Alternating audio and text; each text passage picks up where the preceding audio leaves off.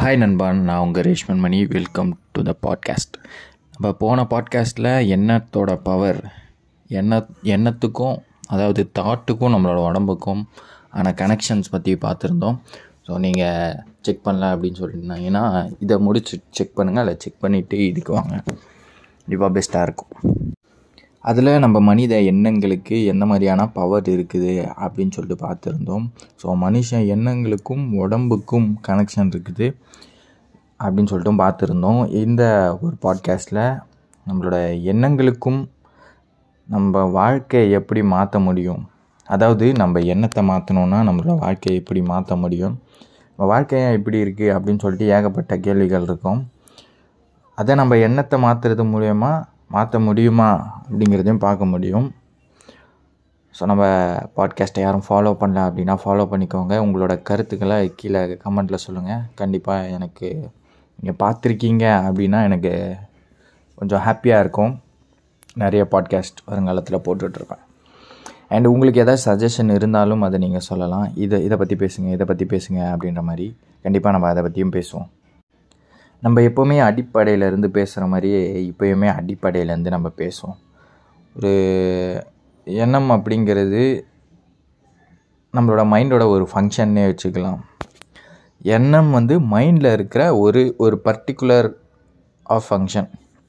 இந்த எண்ணம் என்ன பண்ணுது அப்படின்னா, எண்ணமே இல்லைன்னா நமக்கு எதுவுமே இருக்காது. ஃபீலிங்கோ இல்லை அடுத்து வாழ்க்கையில் மூமெண்ட்டே இருக்காது. அப்போது இயற்கை நம்ம மூளைக்கு ஒரு ஃபங்க்ஷன் கொடுக்குது, எண்ணத்தை உருவாக்குறது. எண்ணம் அதாவது தாட்ஸ். எண்ணத்தைன்னு கேட்டுறாதீங்க, எண்ணத்தை தாட்ஸை உருவாக்குற ஒரு சக்தியை கொடுத்துருக்குது. தாட்ஸ் அப்படிங்கிறது நிறைய பேருக்கு நெகட்டிவ் தாட்ஸாக வருது. ப்ரோ எனக்கு இந்த தாட்டை பார்த்தாலே பயமாக இருக்குது, அதனாலே எனக்கு மெடிடேஷன் பண்ண பிடிக்கல அப்படின்ற மாதிரிலாம் சொல்லுவாங்க. எனக்கு 5 நிமிஷம் உக்காந்துட்டு இருந்தாலே எனக்கு ரொம்ப பயம் வந்துடுது, சும்மாவே இருக்க முடியல. அதனால் நான் ஃப்ரெண்ட்ஸ் கூட போயிடுவேன், இங்கே போயிடுவேன், அங்கே போயிடுவேன், ஏதாச்சும் என்ன நானே பிஸியாக வச்சுப்பேன் அப்படின்ற மாதிரி சொல்லுவாங்க. ஒரு விஷயத்தை நம்ம புரிஞ்சுக்கணும் அப்படின்னா, தாட்ஸ் அப்படிங்கிறது பாசிட்டிவும் கிடையாது, நெகட்டிவும் கிடையாது, அது நியூட்ரலான தாட்டு தான். அதுக்கு பாசிட்டிவ் நெகட்டிவ் அப்படிங்கிறத நம்ம தான் கொடுக்குறோம். இப்போது எக்ஸாம்பிளுக்கு நம்ம பஸ்ஸில் உக்காந்துட்ருக்கோன்னு வைங்களேன். பஸ் ஸ்டாப்பில் உக்காந்துருக்கோம், நிறைய பஸ்ஸு வருது. அது எல்லாமே பஸ்ஸு தான். ஆனால் எந்த பஸ் நமக்கு தேவை, எந்த பஸ் நமக்கு தேவை இல்லை அப்படின்னு ஒன்று இருக்குல்ல. பஸ் வந்துச்சு அப்படின்னா அந்த பஸ்ஸில் ஏறி நம்ம போக மாட்டோம். அதே மாதிரி ஒவ்வொரு தாட்டு வரும்பொழுது இந்த தாட்டை நம்ம பிடிச்சிக்கக்கூடாது. அதுதான் நிறைய பேர் பண்ணுறாங்க. நெகட்டிவ் தாட்டாக இருந்தாலும் பிடிக்கிறாங்க, பாசிட்டிவ் தாட்டாக இருந்தாலும் பிடிக்கிறாங்க. எந்த தாட்டாக இருந்தாலும் பிடிச்சிக்கிட்டு அந்த டெம்பரவரியான வாழ்க்கையில் வாழ்ந்துக்கிட்டு போய்கிட்டே இருக்கிறாங்க. அதாவது எண்ணம் மாதிரி எண்ணம் என்ன வருதோ, இன்றைக்கி இதை சாப்பிட்ணுன்னு தோணுது, இன்றைக்கி இதை பண்ணணும்னு தோணுது அப்படின்னு சொல்லிட்டு போயிட்டே இருப்பாங்க. அவங்களுக்கு நல்லது கெட்டது அப்படிங்கிற கணக்கே கிடையாது. எப்படி நீங்கள் ஒரு ஊருக்கு போகணுன்னு சொல்லிட்டு ஒரு பஸ்ஸுக்காக வெயிட் பண்ணுறீங்களோ, அந்த பஸ்ஸு வந்தால் தான் நீங்கள் ஏறுவீங்கன்ற மாதிரி தான் எந்த தாட்டு உங்களுக்கு தேவைன்றதை பொறுத்து அந்த தாட்டை நீங்கள் எடுத்துக்கணும். நீங்கள் ரொம்ப பயமாக இருக்குது, எனக்கு இப்படி இருக்குது, எனக்கு நெகட்டிவாக தோணிக்கிட்டே இருக்குது அப்படின்னா ஏகப்பட்ட தாட்டு வந்துக்கிட்டே தான் இருக்கும். அதில் நெகட்டிவ் தாட்டு நீங்கள் பிடிச்சி வச்சுருக்கீங்க. எல்லோரும் சொல்லுவாங்க கெட்டதை விட நல்லதுக்கு அதிக பவர் இருக்குது அப்படின்னு சொல்லிட்டு. ஆனால் உண்மை என்ன அப்படின்னா, நல்லதை விட கெட்டதுக்கு தான் அதிக பவர் இருக்குது. நீங்கள் பாசிட்டிவாக இருக்கணும்னு நினச்சி பாருங்களேன். உங்களுக்கு அந்த பாசிட்டிவான எண்ணத்தை உருவாக்குறது கஷ்டம். ஆனால் நெகட்டிவான எண்ணம் ரொம்ப ஈஸியாக வந்துடும். எந்த ஒரு லா ஆஃப் அட்ராக்ஷன் ப்ராக்டிஸ் பண்ணுறவங்களும் பாசிட்டிவாக நான் என் வாழ்க்கையை மாற்றணும், அப்போ பாசிட்டிவாக நான் அட்ராக்ட் பண்ணணும் அப்படின்னு நினச்சோன்னா ரொம்ப கஷ்டப்படுவாங்க. ஆனால் நெகட்டிவாக ரொம்ப சீக்கிரமாக அட்ராக்ட் பண்ணுறவங்க. அதனாலேயே நிறைய பேருக்கு பயம் வரும், லா ஆஃப் அட்ராக்ஷன் யூஸ் பண்ண மாட்டாங்க. நான் பேசுகிற ஒரு விஷயம் லா ஆஃப் அட்ராக்ஷனுக்கும் வேலை செய்யும்.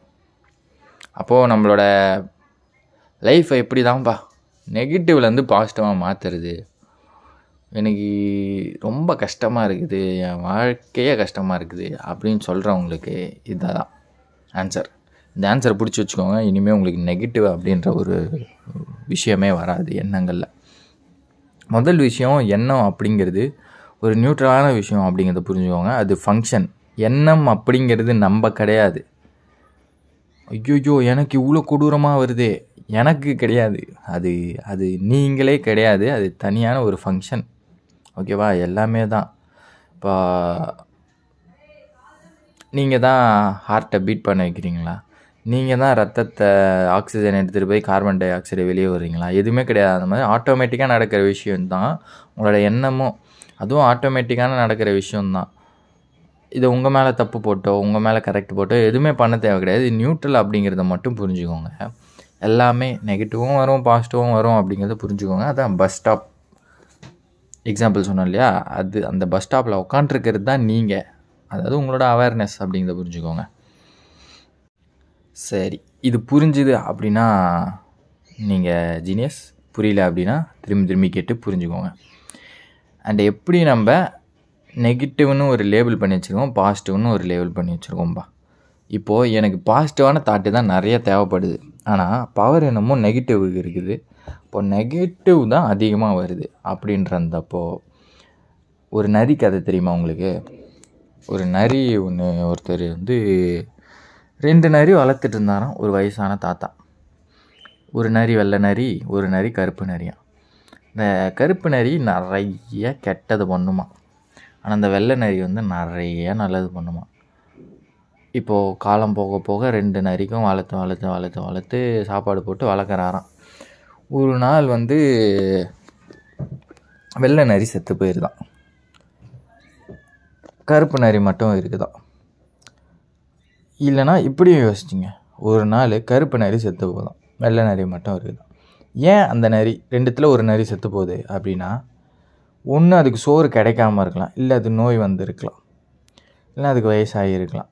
இந்த நரின்றது ஒரு ஜஸ்ட் எக்ஸாம்பிள். ஓகேவா? இந்த 2 நரியில் ஒரு நரி தான் உயிர் வாழணும் அப்படின்னா அந்த நரிக்கு போடுற அதுக்கு ஆப்போசிட்டில் இருக்க நரிக்கு போடுற சாப்பாடை தடுத்துடணும். சோறு கிடைக்கக்கூடாது அந்த நரிக்கு. இப்போ புரியுதா இல்லையான்னு உங்களுக்கு தெரியல. நமக்கு நெகட்டிவ் பாசிட்டிவ் தாட் 2 தாட்டு வருது அப்படின்னா ஒரு தாட்டுக்கு நம்ம ஃபீட் பண்ணோம். ஒரு தாட்டை மட்டும் நம்ம எப்போவுமே உள்ள இன்புட்டாக கொடுக்கணும். ஓகேவா? ரொம்ப நேரம் பேசுவோம். இப்போது மூளை அப்படின்னா என்னன்னு பார்த்துடலாம். நம்ம மூளைக்கு எண்ணம் அப்படிங்கிறது சாதாரணமாக வர்றது கிடையாது. அப்படின்னா எல்லாருக்குமே ஒரே எண்ணம் தான் வரணும், அப்படி வர்றது கிடையாது. எப்போவுமே ஒரு விஷயத்தில் அவுட்புட்டுன்னு ஒன்று இருந்தது அப்படின்னா அதில் ஆல்ரெடி இன்புட்டுன்னு ஒரு விஷயம் இருக்கும். ஆமாம், இந்த தெர்மோடைனமிக்ஸ்லான்னு சொல்லுவாங்க இல்லையா? எப்போவுமே ஒரு எனர்ஜியை புதுசாக க்ரியேட் பண்ண முடியாது, அதை கன்வெர்ட்டு தான் பண்ண முடியும், இல்லை ட்ரான்ஸ்ஃபர் பண்ண முடியும். 2 ஒன்று தான். அதை கன்வெர்ட் பண்ணி ட்ரான்ஸ்ஃபர் பண்ண முடியும். அப்போது இன்புட்டுன்னு ஒரு விஷயம் இல்லாமல் எப்போவுமே அவுட்புட்டுன்னு ஒன்று வரவே வராது நம்ம மூளையில். இல்லை, இந்த உலகத்தில் எல்லா விஷயத்துலேயும் அது அப்படி தான். இப்போ ஒரு செடி முளைக்குது அப்படின்னா அதுக்கான விதை அங்கே போட்டிருப்பாங்க யாரோ. ஸோ அந்த மாதிரி ஒரு இன்புட் உள்ளே வருதுன்னா தான் அவுட்புட் வரும். அதுக்கேற்ற மாதிரி தப்பாக பண்ணிங்கன்னா எரர் வரும், கரெக்டாக பண்ணிங்கன்னா சூப்பரான ரிசல்ட் வரும். அதே மாதிரி உங்களோட இன்புட் கரெக்டாக கிடையாது.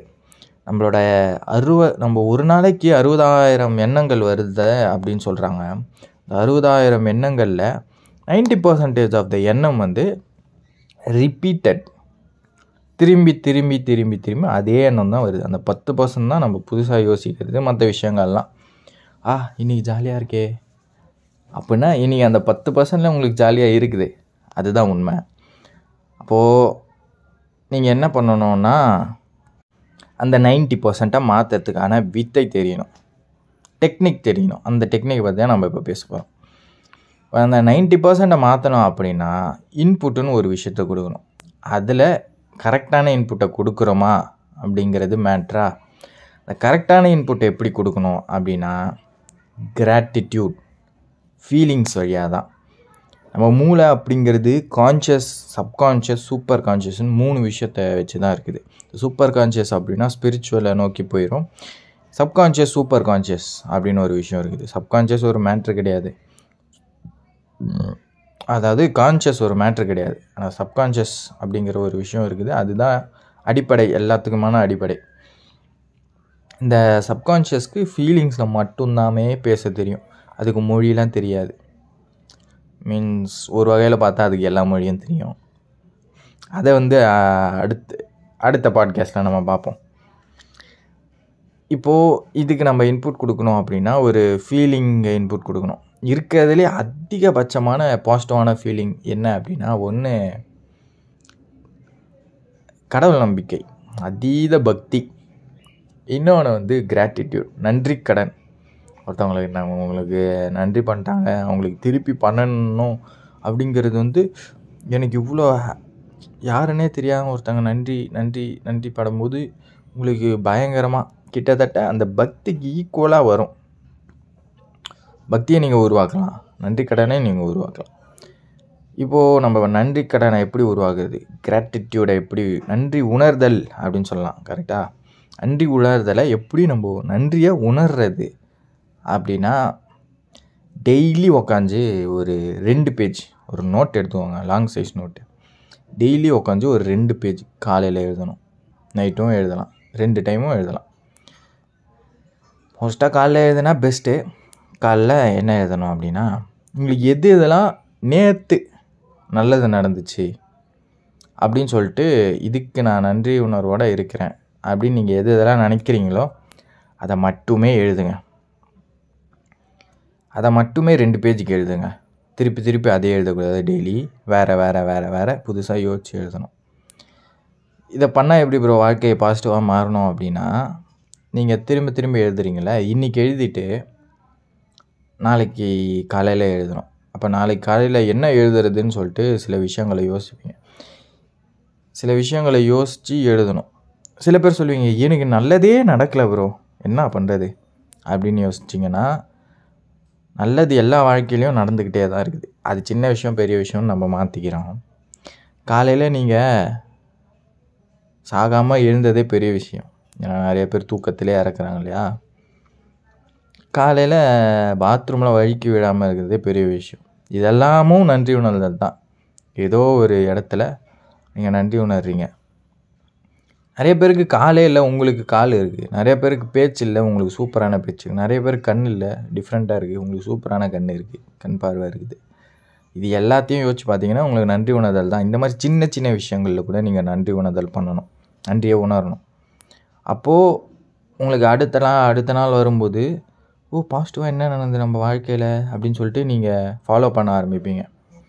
அப்போ ஆட்டோமேட்டிக்காக உங்கள் மூளை வந்து நெகட்டிவ் பார்க்குறத விட்டுவிட்டு பாசிட்டிவை மட்டுமே பார்க்கும். சில பேர்லாம் இருப்பாங்க, ஒரு விஷயம் நடந்ததுன்னா அதில் என்ன நெகட்டிவ் இருக்குதோ அதை மட்டுமே பார்த்துட்ருப்பாங்க. அதை விட்டுவிட்டு நம்ம மூளைக்கு ட்ரெயின் பண்ணிட்டோம். இப்போது பாசிட்டிவை மட்டும் பார்க்கணும். ஏன்னா நாளைக்கு எழுதணும்ல, அதுக்கு ஒரு வேலை கொடுத்துருக்கோம். அப்போ அது பாசிட்டிவை மட்டும் பார்க்கும், பாசிட்டிவ் மட்டும் எழுதிக்கிட்டே இருக்கும். இப்போ பாசிட்டிவ் மட்டும் எழுதுறதால பார்க்கறதால நீங்கள் உங்கள் வாழ்க்கையில் என்ன பாசிட்டிவான விஷயங்கள், எவ்வளோ பெரிய நெகட்டிவ் நடந்தாலும் அதில் இருக்க சின்ன பாசிட்டிவை நீங்கள் பார்க்க ஆரம்பிச்சிருவீங்க. எவ்வளோ பெரிய டிசாஸ்டர் உங்கள் வாழ்க்கையில் நடக்குது அப்படின்னாலும் அது சின்ன பாசிட்டிவை பார்க்க ஆரம்பிச்சிருவீங்க. அந்த பாசிட்டிவை எடுத்து உங்கள் வாழ்க்கையில் முன்னேற ஆரம்பிப்பீங்க. ஸோ ஒரு சின்ன காலையில் கிராட்டிடியூடாக எழுதுறது அப்படிங்கிறது ஒரு 5 நிமிஷம் வேலை. காலையில் எழுந்துச்சி பட்டுன்னு ஒரு 20 லைன் எழுதிட்டு அவ்வளோதான், வேலையை பார்க்க வேண்டியதுதான். இது உங்கள் மூளைக்கு ட்ரெயின் பண்ணி நல்ல விஷயங்களை மட்டுமே பார்க்க சொல்லி, நல்ல விஷயங்களை மட்டுமே உங்கள் வாழ்க்கையில் பார்த்து, உங்கள் வாழ்க்கையில் நடக்கிற பெரிய ட்ராஜடியில் கூட நல்ல விஷயங்களை பார்க்க ஆரம்பிக்கும் பொழுது உங்கள் வாழ்க்கை ஆட்டோமேட்டிக்காக பாசிட்டிவ் ஆகிரும். நீங்கள் பாசிட்டிவாக ஆகும் பொழுது உங்களோட எனர்ஜி வெளியே போக ஆரம்பிக்கும். வெளியே உங்களை சுற்றி இருக்கவங்க நல்லவங்களாக மட்டும்தான் இருப்பாங்க, கெட்டவங்களாம் ஓடிடுவாங்க. இது ஆட்டோமேட்டிக்காக இயற்கையாக நடக்கும். கெட்டவங்களாம் ஓட ஆரம்பித்ததுக்கப்புறம் நல்லவங்க தான் சுற்றி இருக்கிறாங்க அப்படின்றப்போ அதுக்கு மேலே உங்களுக்கு என்ன வேணும் சொல்லுங்கள்? சில பேர்லாம் பணக்காரங்களாக இருப்பாங்க, ஆனால் அவங்கள சுற்றி இருக்கும்பொழுது பயந்துக்கிட்டே இருப்பாங்க. அந்த மாதிரி பயம் நமக்கு தேவை கிடையாது. ஏன்னா நம்ம கிராட்டிடியூட் எழுத ஆரம்பிக்கும் போது சுற்றி எல்லாம் நல்ல விஷயங்களாக நடக்க ஆரம்பிக்கும். அண்ட் ஆட்டோமேட்டிக்காக உங்களுக்கு தேவையான விஷயங்கள் உங்களுக்கு தேடி வரும். இதுக்கெல்லாம் சயின்டிஃபிக் ரீசன் கேட்காதீங்க, நடக்கும். நீங்கள் ஒரு மாதம் பண்ணி பாருங்களேன். 1 மாதம் பண்ணிவிட்டு திரும்பியும் வந்து நம்ம பாட்காஸ்ட்டோட கமெண்ட்லேயே சொல்லுங்கள் நடந்ததா அப்படின்னு சொல்லிட்டு. நடந்திருக்கும் அதை நீங்கள் சொன்னீங்க அப்படின்னா மற்றவங்களும் இன்ஸ்பயர் ஆகி நாம்பளும் பண்ணுவோமே அப்படின்னு சொல்லிட்டு பண்ணுவாங்க. எல்லாருமே பண்ண ஆரம்பிச்சிங்க அப்படின்னா கண்டிப்பாக அந்த உலகமே மாறிடும். நம்ம முன்னாடியே சொன்ன மாதிரி மாற்றம் என்பது நம்மளிருந்து தான் தொடங்கும். நம்மளிருந்தே தொடங்கட்டும். மீண்டும் அடுத்த ஒரு பாட்காஸ்ட்டில் மீட் பண்ணுவோம். மாற்றம் என்பது நம்மளிருந்து தொடங்கும். நன்றி.